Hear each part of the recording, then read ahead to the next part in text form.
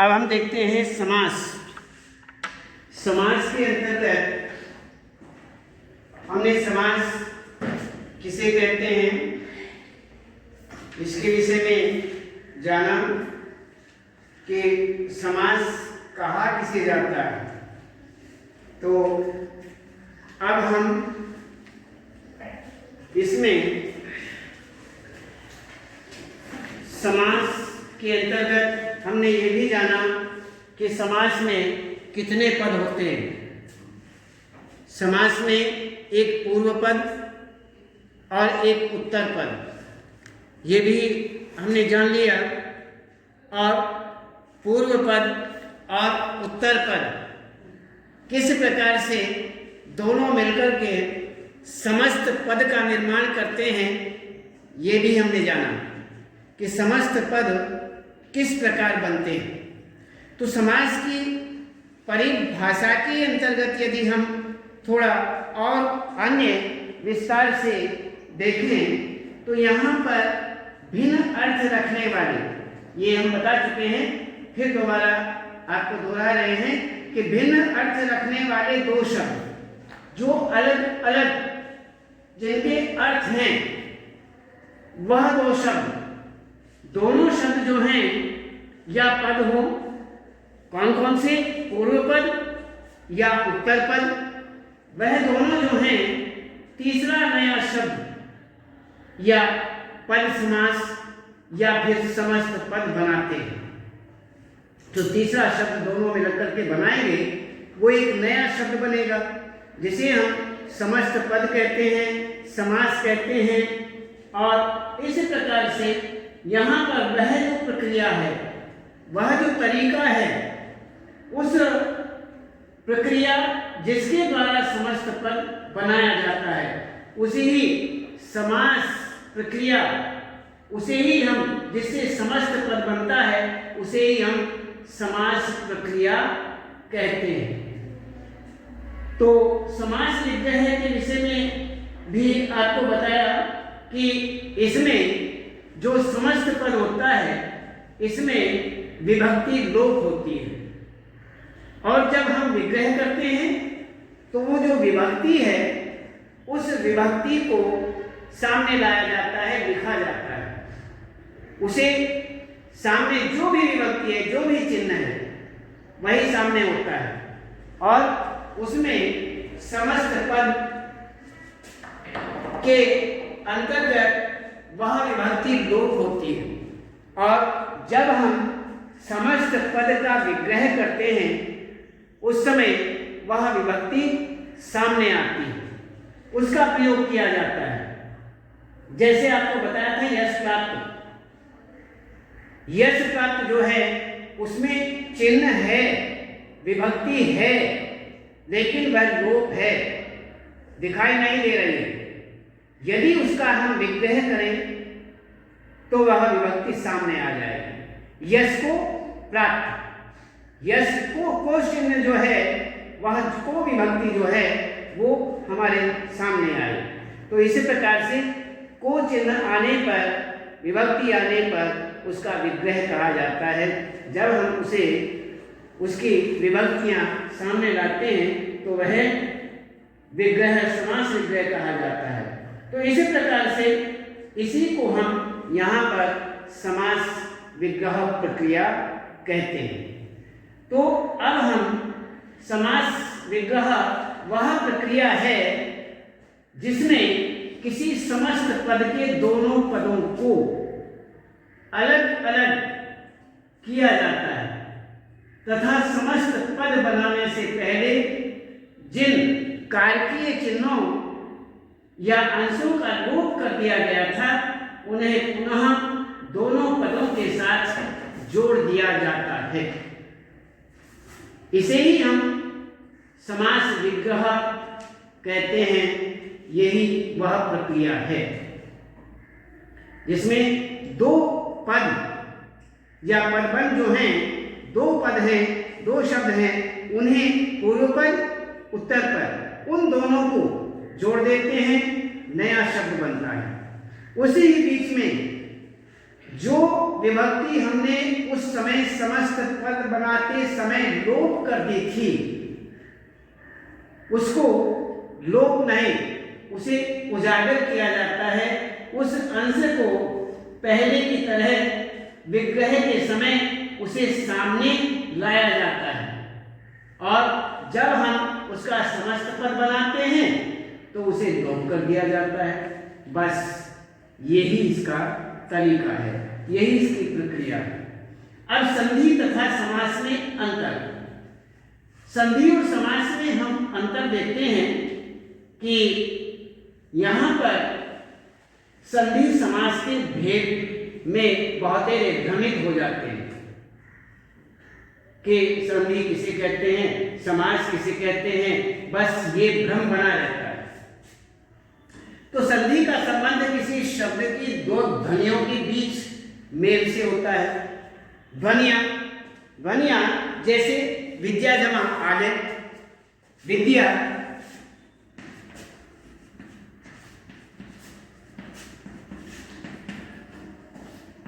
इनके बीच की जो ध्वनियां हैं, दो ध्वनियां कौन कौन सी, आ और आ, ये दोनों ध्वनियां जो हैं इनको जोड़ दिया जाता है, संधि कहते हैं जोड़ने को। और इनका अलग से संधि विच्छेद शब्द आता है तो अलग करने को। तो संधि में अर्थात इनको हम जोड़ देते हैं और जोड़ करके क्या बनता है, आ ही बनेगा। क्यों? दोनों को जोड़कर दीर्घ बनता है। तो यहां पर ये शब्द बन गया हमारा विद्यालय। विद्या,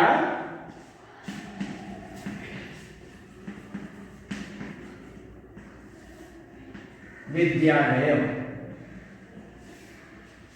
ये शब्द बन गया। तो इस तरह से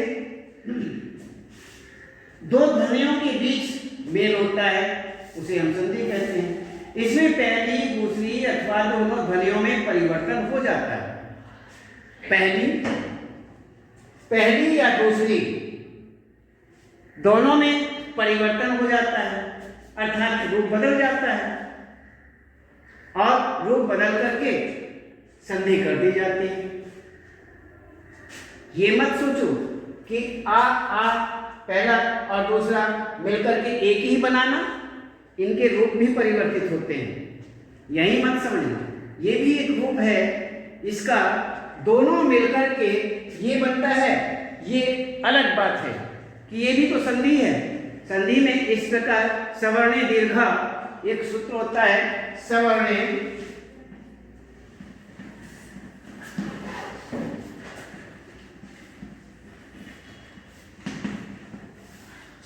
दीर्घा सूत्र है। सवर्ण, समान वर्ण होने से दीर्घ हो जाता है, समान वर्ण होने से दीर्घ अर्थात बड़ा हो जाता है। तो यहां पर समान दीर्घ होने से बड़ा हो गया। इसमें कोई जरूरी नहीं है, छोटे और बड़े भी हो सकते हैं, ये भी तो हो सकते हैं, लेकिन समान वर्ण होने से फिर भी दीर्घता ही आती है। ये दोनों जगह ये है, तो ये हुआ हमारा अलग से संधि।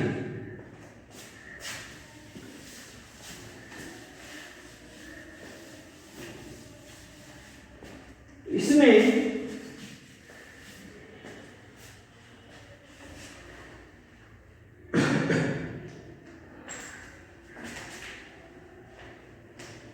तो जबकि समास प्रक्रिया का संबंध दो शब्दों के मेल से नया शब्द बनाने के साथ है, उसमें शब्द हैं, इसमें क्या है, ध्वनि है, उनमें शब्द हैं।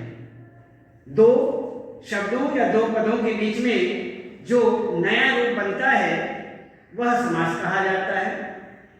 समास प्रक्रिया में अर्थ की दृष्टि से दो भिन्न शब्द परस्पर मिलते हैं, भिन्न शब्द हैं, वो अलग से दोनों मिल जाते हैं तथा किसी नए शब्द की रचना करते हैं।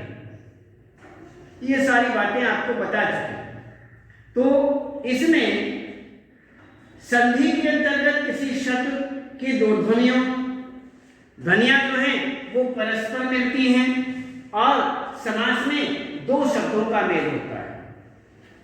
समास में दो शब्दों का मेल होता है, दो पदों का मेल होता है और संधि में दो ध्वनियों का मेल होता है, परस्पर आपस में मिल जाते हैं। यही उन दोनों का अंतर है।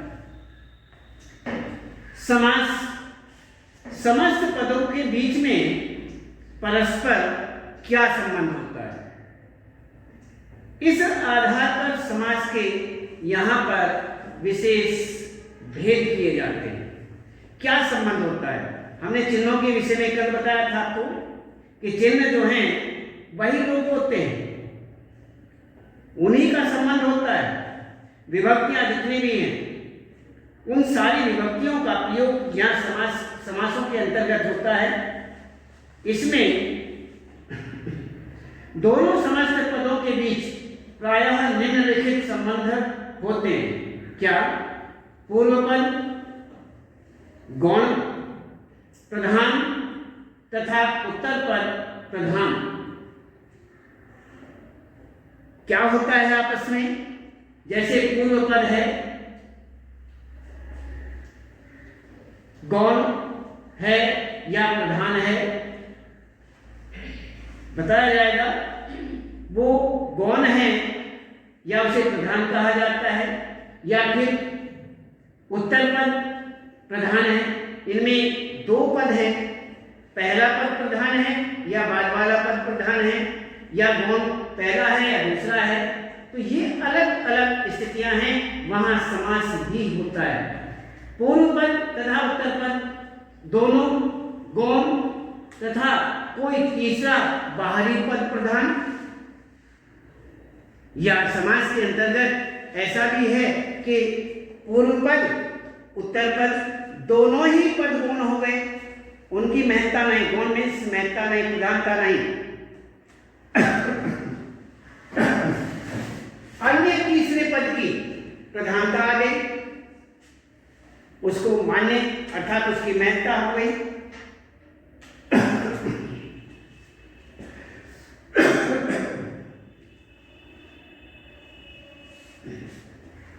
इस प्रकार से यहाँ पर ये समास के भेद के अंतर्गत और पूर्व पद कोई अव्यय पद, कहीं कहीं पूर्व पद जो है वो अव्यय पद के अंतर्गत आ जाता है, वो अव्यय पद है।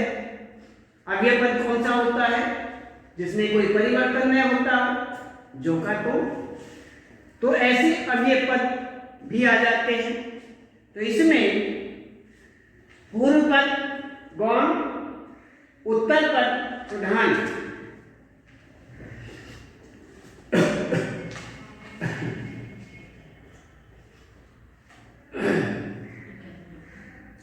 गौण पद सदा विशेषण होता है और प्रधान पद जो है वो विशेष्य।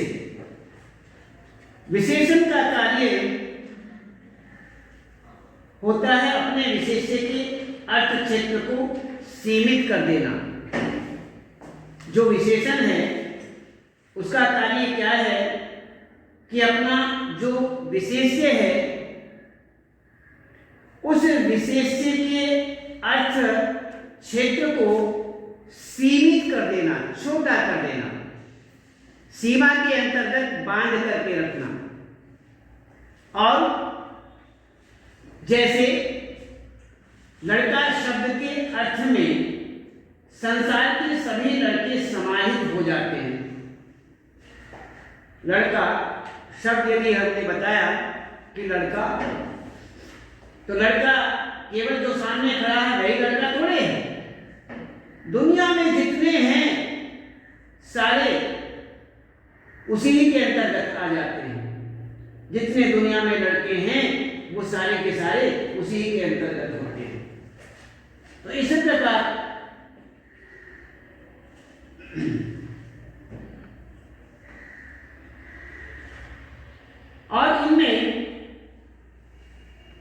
परंतु जब हम कहते हैं कि अच्छा लड़का,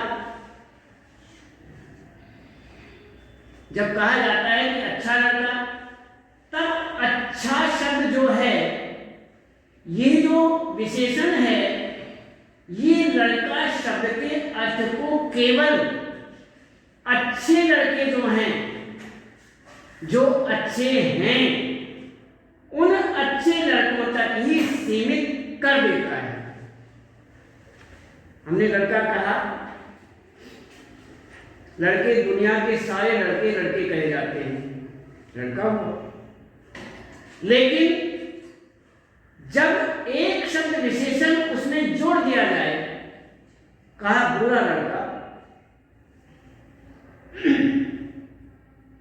जिसके विषय में कहा गया है उसे सीमित कर दिया गया। दुनिया के सभी लड़के बुरे नहीं, जो बुरा है, जो अच्छा है, उसी के लिए अच्छा विशेषण प्रयोग किया गया, उसी के लिए बुरा विशेषण प्रयोग किया गया। तो ये अलग अलग, तो वहां पर उसे सीमा में बांध देगा, सीमित कर देगा। तो यहां पर जिन समासों के पूर्व पद गौण तथा उत्तर पद प्रधान होते हैं, उनके दोनों पद परस्पर दो तरह के संबंधों के आधार पर एक दूसरे से जुड़े हो सकते हैं। इसमें कारकीय संबंधों के आधार पर, कारकीय कारक चिन्ह, कारकीय संबंध, कारक जो है कर्ता, कर्म, करण आदि, उन कारकीय चिन्हों के संबंधों के आधार पर, अर्थात कारकीय संबंध युक्त जो समास है, उनमें इस वर्ग में आने वाला समास कौन सा है। हमने आपको एक कल बताया था कि जो कारकीय संबंधों से जुड़े रहते हैं, उनमें एक समास विशेष रूप से आता है, तत्पुरुष समास। कल आपको हमने संकेत किया था, तत्पुरुष समास जो है वो एक प्रकार का नहीं होता है, वो कारकीय संबंधों से जुड़े हुए हैं, रहते हैं। हर कारक अलग अलग तत्पुरुष कहलाता है। कर्ता, कर्म, कर्म तत्पुरुष, करण तत्पुरुष,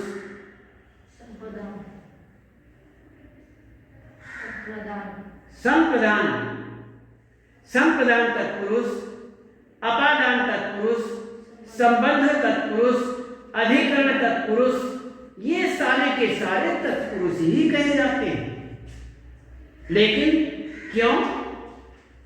चिन्हों के आधार पर, कारकीय अर्थात कारकों के आधार पर कारक अलग अलग हो गए।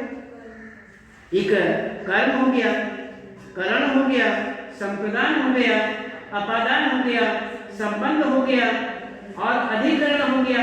ये सारे अलग अलग कारक हो गए, इनके आधार पर तत्पुरुष हो गया। तो समासों के अंतर्गत तत्पुरुष समास जो है वह कारकीय संबंध रखता है, चिन्हों का संबंध रखता है, इसलिए ये सबसे बड़ा तत्पुरुष समास बोला जाता है। तो इसमें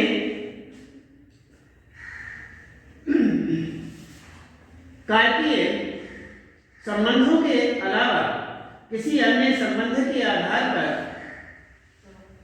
अर्थात कारकीय संबंध रहित समास, इस वर्ग में तीन समास आते हैं जो कारकीय संबंधों से अलग कहे जाते हैं। न्य, न्य तत्पुरुष, कर्मधारय तथा द्विगु, द्विगु समास। तो ये जो तीन हैं, न्य तत्पुरुष और दूसरा है कर्मधारय तत्पुरुष, कर्मधारय और तीसरा द्विगु, द्विगु कर्मधारय समास, द्विगु समास और न्य तत्पुरुष समास। तो ये जो है ये इससे कारक चिन्हों से अलग है, तीन। तो कारकी और संबंध युक्त समास जो हैं, अब इनके विषय में बात करते हैं। क्यों सबसे बड़ा यही है, विस्तृत रूप में, विस्तार रूप में यही है। इसलिए ज्यादातर जो भी रूप बनकर के आते हैं, जो भी समस्त पद होते हैं, वह ज्यादातर जो हैं वो इनसे संबंधित होते हैं, तत्पुरुष समास से संबंधित होते हैं। तो आप देखते हैं जे तत्पुरुष समास के दोनों पद पूर्व और उत्तर परस्पर कारकीय संबंधों के आधार पर मिले रहते हैं। ये कारकीय संबंध जो हैं, कारकीय संबंध होते हैं कर्म, कौन कौन से? कर्म कारक, कर्ण कारक, संप्रदान कारक, अपादान कारक, संबंध कारक तथा अधिकरण कारक। ये जो अभी बताया था, ये इनसे संबंधित होते हैं। जब समास का विग्रह किया जाता है, विग्रह में सब अलग अलग किया जाता है, जब इन्हें तोड़े जाते हैं, इनका समास विग्रह करते हैं, तो समास विग्रह तब इन कारकों के चिन्ह दोनों पदों के बीच में लगा दिए जाते हैं। उस समय ये बीच में लग जाते हैं।